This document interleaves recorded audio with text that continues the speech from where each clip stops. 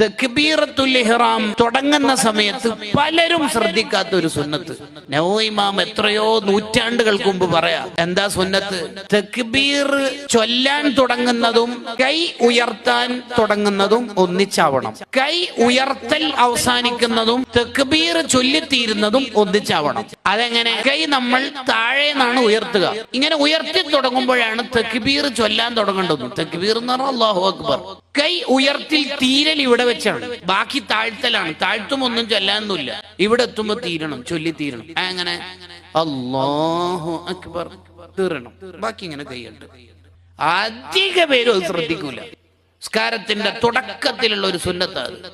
അധികാളും ഇങ്ങനെ കൈയിട്ടല് അല്ലാഹു അക്ബർ, ഇവിടെ എത്തുമ്പോ തീരണം. എങ്ങനെ അല്ലാഹു അക്ബർ? കണ്ടോ എന്ത് രസം ഉണ്ടാവും നമ്മൾ സുന്നത്തൊക്കെ പാലിച്ച് നിസ്കരിക്കുമ്പോൾ.